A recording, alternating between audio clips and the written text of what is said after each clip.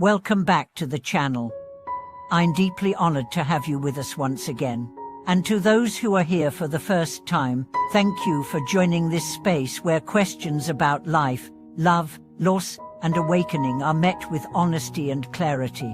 Today, we address a question that cuts across culture, age, and background, a question that so many silently carry. Why do you always meet the wrong person? Is it just bad luck? Is it poor judgment? Or could it be something deeper, something karmic? This topic touches the heart of human experience. Relationships are our most intimate mirrors. They reflect our wounds, our hopes, our fears, and our blind spots. And when a relationship causes pain, we are left asking why. Why this person? Why again? Why me? Let's begin by reframing the question itself. Instead of asking, why do I keep meeting the wrong person? Perhaps ask, what is this person showing me about myself? What pattern is revealing itself again? What lesson is asking to be seen? This is where the Buddhist view of karma enters, not as punishment, not as cosmic justice, but as the echo of energy. Karma is the principle that what we put out into the world through thought, speech, and action returns to us in patterns. These patterns shape our experiences, including our relationships. Imagine your life as a river. The current is made of your past intentions, your unprocessed emotions, your beliefs. The people you attract are not random, they are reflections of that current. They're not sent to harm you, they're sent to reveal you. Let me tell you a story.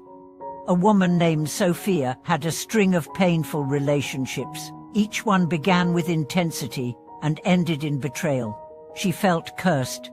One day, she visited a teacher and poured out her heart.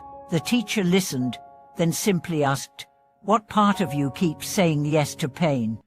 At first, she resisted, but later, in meditation, she saw it: her fear of abandonment, her craving to be chosen, her willingness to trade self-respect for love.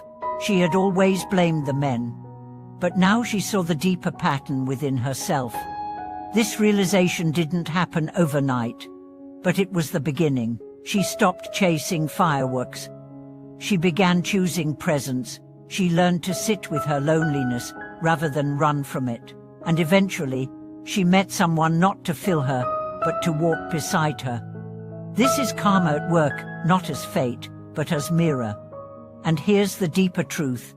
The wrong person isn't always wrong. Sometimes, they are exactly the catalyst you need for growth. The narcissist shows you where you abandon your boundaries. The distant partner shows you where you overfunction. The critic reveals your own inner judgment. The runner shows you where you chase. Every painful connection is a teacher in disguise. This doesn't mean you should stay in harm's way.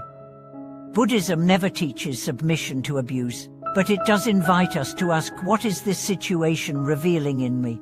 Not so I can blame myself, but so I can become conscious. Because the moment you become conscious, you begin to choose differently. Not out of fear, not out of desperation, but out of clarity. Let's go deeper. In Buddhist cosmology, our present relationships are woven from threads of past interactions. Someone who betrays you now may have been betrayed by you in another time. Someone who feels inexplicably familiar may be walking with you across lifetimes. This doesn't mean you're trapped. It means you have the power to rewrite the pattern. But you can't rewrite what you don't recognize. And that's why the first step is awareness. Awareness of your emotional reactions, your repetitive choices, your hidden beliefs. For example, do you believe you're unworthy of love? Do you fear being alone more than being mistreated? Do you confuse intensity with intimacy? Do you seek validation instead of connection? These beliefs form your karmic blueprint. They shape the way you show up, the energy you emit, the people you attract. But here's the good news. Karma is not fixed.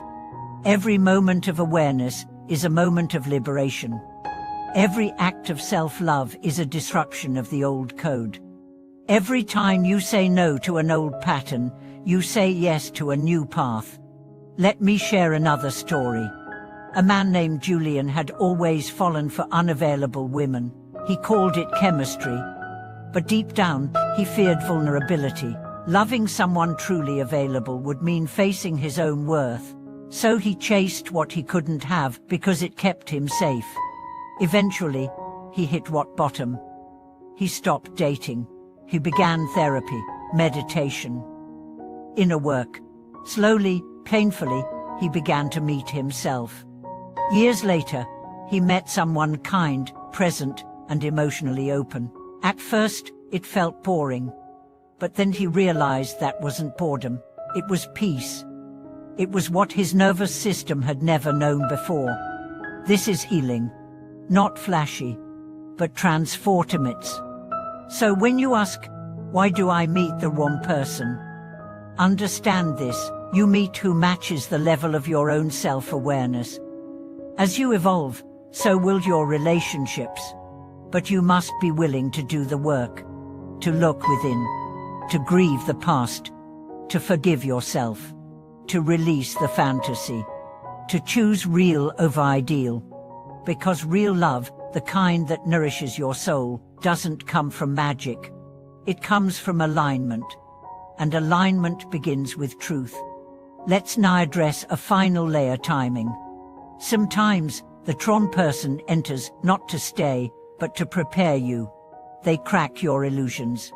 They break your heart open. They force you to confront the parts you've ignored. And then they leave. Not as a failure, but as a gift. Because only when your heart is broken can the light enter. Only when your illusions die can truth be born. Only when you're emptied of who you thought you were can you become who you really are. This is the alchemy of heartbreak, the purification of longing, the doorway to love not as possession, but as presence. And so I invite you now to pause, close your eyes, breathe. Ask yourself, what pattern am I ready to end? What belief am I ready to release? What version of love am I ready to embody? Let that be your practice. Not just in silence, but in action. In who you allow into your life. In how you speak to yourself. In the boundaries you set. In the way you love, not just others, but yourself. Because the person you most need to stop abandoning is you. And once you stop abandoning yourself, the wrong people will lose their place. Not because you hate them, but because you've outgrown them. Because your frequency has changed. Because your karma has been seen, honored, and transcended. And then maybe slowly, maybe suddenly, you'll meet someone new. Not perfect, but present. Not dramatic, but steady.